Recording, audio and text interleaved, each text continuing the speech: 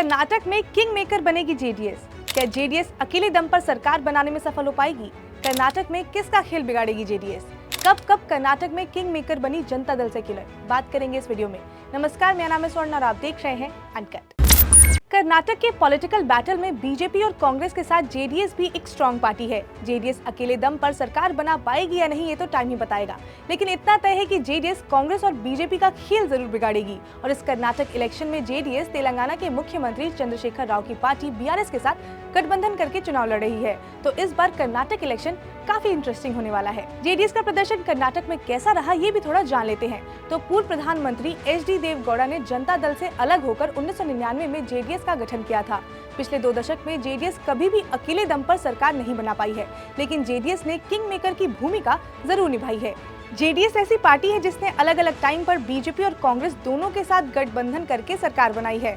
तो कर्नाटक में जेडीएस का दबदबा जो है वो काफी बना रहा है। अगर इलेक्शन की बात करें तो साल 2004 में जब बीजेपी और कांग्रेस दोनों पार्टी को बहुमत नहीं मिल पाया, तब 58 सीटों के साथ जेडीएस ने किंग मेकर की भूमिका निभाई थी और कांग्रेस के साथ सरकार बनाया था। हालांकि दोनों का गठबंधन कार्यकाल पूरा नहीं कर पाया और बीच में ही जेडीएस ने बीजेपी से हाथ मिला लिया था। फिर जेडीएस ने 2006 में बीजेपी के साथ हाथ मिलाकर सरकार बनाया था। फिर 2018 में भी ऐसा ही हुआ। 2018 में बीजेपी के पाले में सबसे ज्यादा सीटें आईं, लेकिन इसके बावजूद भी बीजेपी बहुमत का आंकड़ा पार नहीं कर पाई। एक बार फिर जेडीएस का रोल काफी ज्यादा इंपॉर्टेंट हो गया। फिर जेडीएस ने कांग्रेस के साथ हाथ मिलाया और कुमारस्वामी ने एक बार फिर से मुख्यमंत्री पद की शपथ ली। लेकिन इस बार भी कांग्रेस और जेडीएस का गठबंधन पूरा कार्यकाल कंप्लीट नहीं कर पाया और कुछ महीने बाद ही ये गठबंधन टूट गया। लेकिन कर्नाटक में जब भी ऐसी सिचुएशन बनी है जब किसी को फुल मैंडेट नहीं मिला है, ऐसे में जेडीएस का रोल काफी ज्यादा इंटरेस्टिंग रहा है। जेडीएस के फुल मैंडेट के बिना भी कुमारस्वामी मुख्यमंत्री बने हैं। तो ये कहना कि कर्नाटक में लड़ाई केवल कांग्रेस और बीजेपी के बीच है, ये गलत होगा, क्योंकि इस इलेक्शन में भी जेडीएस का रोल काफी ज्यादा इंपॉर्टेंट होने वाला है। इसलिए तो जेडीएस कर्नाटक में पंचरत्न यात्रा भी निकाल रही है।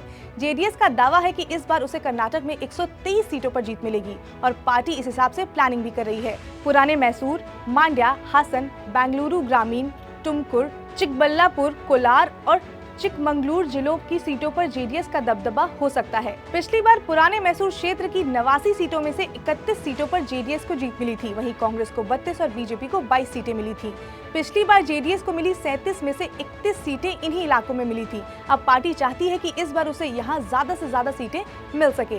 इस बार कर्नाटक विधानसभा चुनाव में तेलंगाना के मुख्यमंत्री चंद्रशेखर राव की पार्टी भारतीय राष्ट्र समिति यानी कि बीआरएस भी किस्मत आजमाएगी।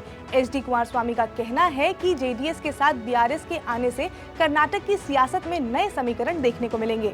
अगर जेडीएस खुद सत्ता हासिल करने में नाकाम रही तो ये सवाल भी उठ रहा है कि क्या पहले की ही तरह आगामी चुनाव के बाद एचडी कुमारस्वामी किंग मेकर की भूमिका में पहुंच पाएंगे? त्रिशंकु जनादेश होने पर ऐसा संभव हो सकता है। बीजेपी को एंटी इनकम्बेंसी के खतरे से भी जूझना पड़ रहा है। मुंबई प्रशासन के खिलाफ लग रहे भ्रष्टाचार के आरोपों से भी जेडीएस फायदा मिलने का दावा कर रही है। पिछले कई चुनावों में भी कांग्रेस के जनाधार में गिरावट देखी जा रही है। कांग्रेस के 2 दिग्गज नेताओं सीतारमैया और डीके शिव कुमार के बीच अंदरूनी कलह भी जेडीएस के लिए अनुकूल माहौल बनाने में मददगार साबित हो सकती है। ऐसे में अगर बीजेपी और कांग्रेस दोनों में से कोई भी स्पष्ट बहुमत हासिल करने में सफल नहीं रही तो जेडीएस की भूमिका किंग मेकर की हो सकती है। अब क्या होगा ये तो आगे आने वाला टाइम ही बताएगा, लेकिन हम आपको कर्नाटक चुनाव से जुड़े सारे अपडेट देते रहेंगे। इसके साथ ही वहां से जुड़ी सभी पॉलिटिकल खबरें, इक्वेशन और इलेक्शन अपडेट मैं और मेरी टीम आप तक पहुंचाते रहेंगे। लेकिन इन सबके बीच आप अनकट को सब्सक्राइब करना मत भूलिएगा।